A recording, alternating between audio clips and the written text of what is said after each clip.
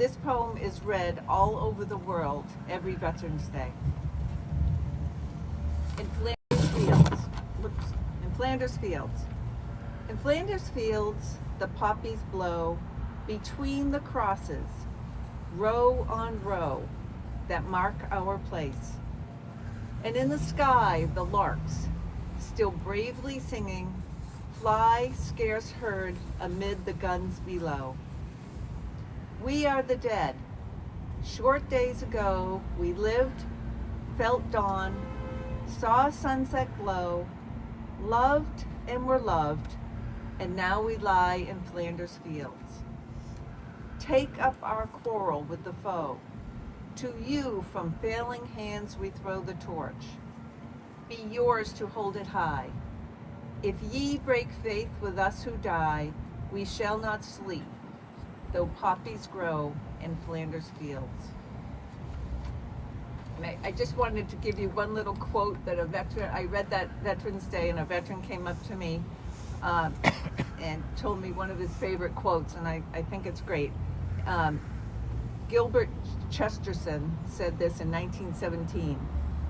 The true soldier fights not because he hates what is in front of him, but because he loves what is behind him. Thank you.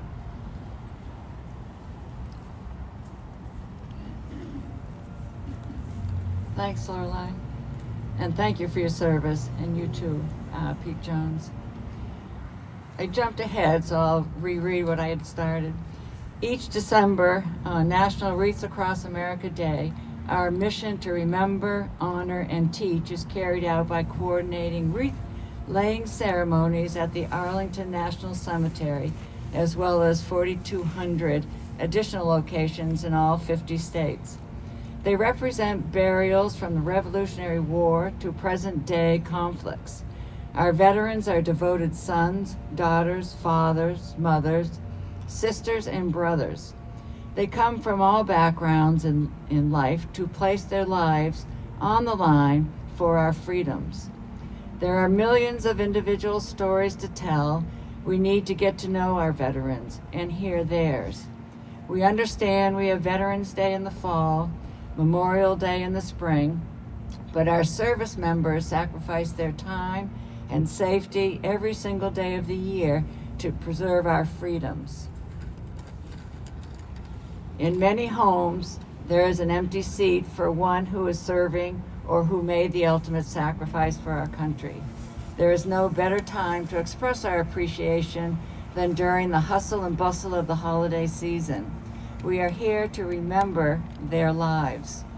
We are standing here in a very historic cemetery. We are lucky to have Bradford Harding, a historian and expert on these hallowed grounds, to speak today.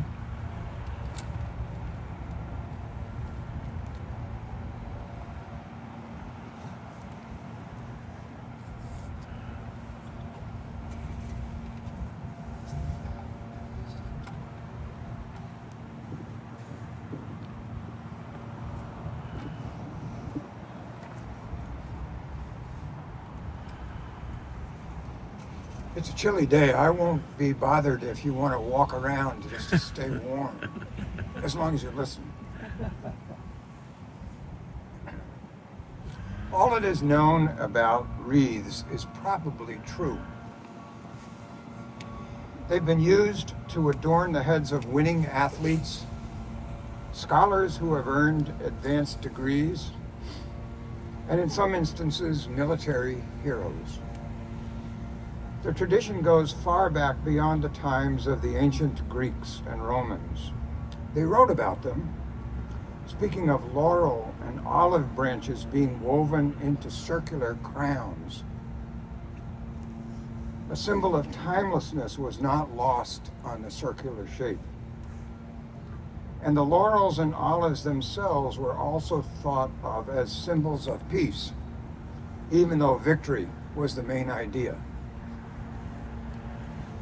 An evergreen wreath, such as we have here today, comes much later in time and from Northern Europe.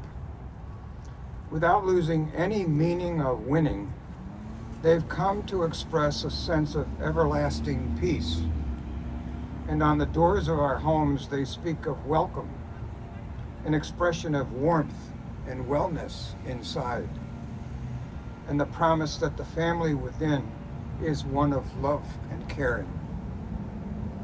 Memories are an important part of the story.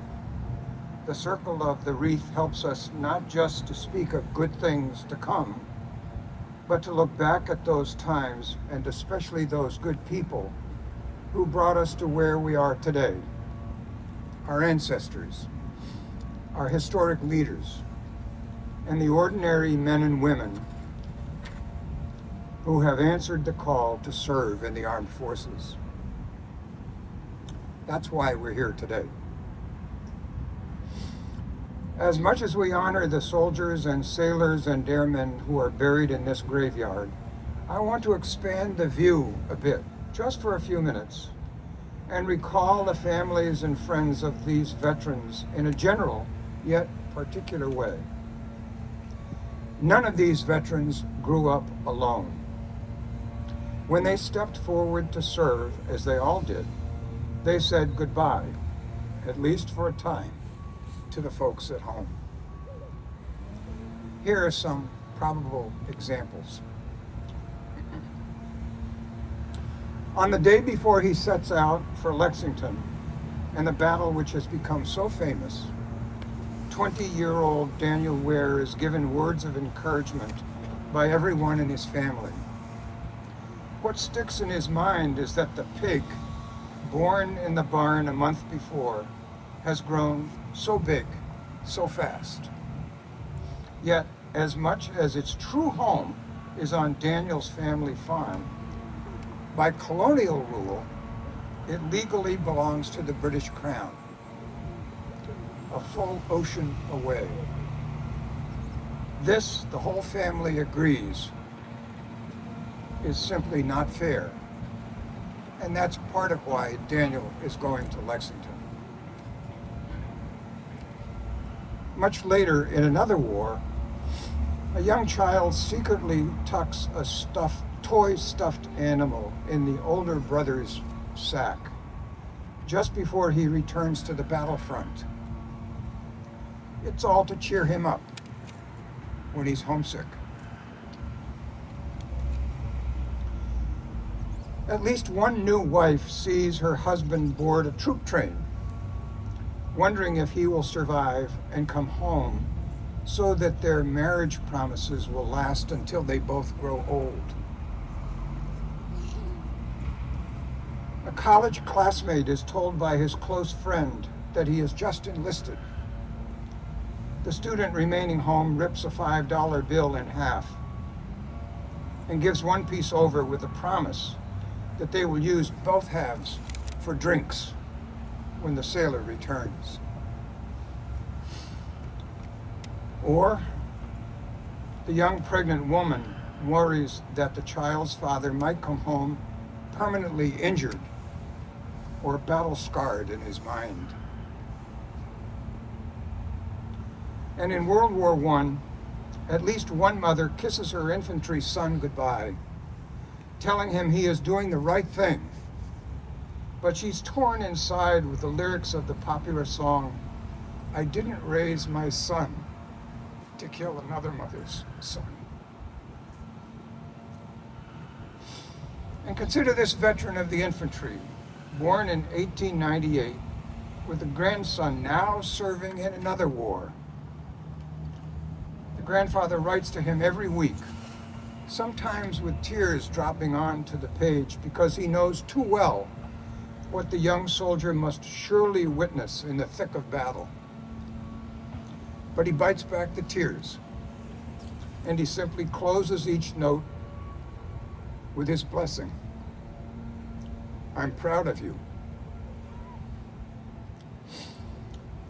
Without question, certainly, and for sure, each of the veterans interred in this cemetery here deserves the placement of a fresh wreath over his name.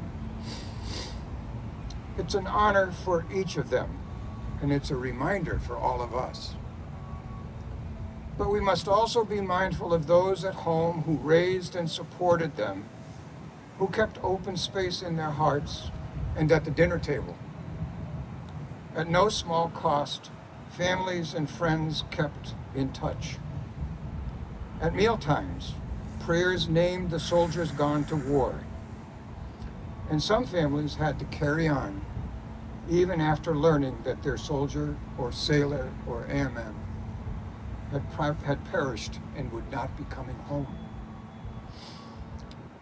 Remembering all this gives these wreaths their full meaning, certainly about victory, but also embedded with the true sense of peace.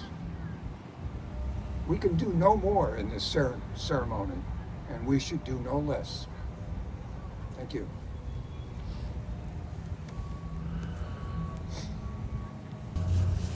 Before we end the ceremony with a benediction, I would like to speak about the wreaths we will be laying. You will take a wreath and lay it on the grave of one of the veterans' stones, which is identified by a flag. As you lay the wreath, say the veteran's name, because it is said, we die twice, first when our body stops, and second when people stop saying our name. And again, this is not a holiday wreath, this is a remembrance wreath. So we will say the veteran's name as we lay the wreath. The wreaths are over there, and we'll put one on per stone.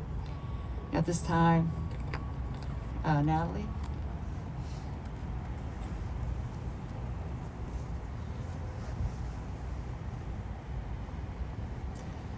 We mark this historic site to preserve a part of our national heritage so future generations can appreciate what has brought us to this day. May we go forth with praise for our great heritage and ask God's blessing now and evermore. Amen. Amen. And the wreaths go on the graves with the flags on.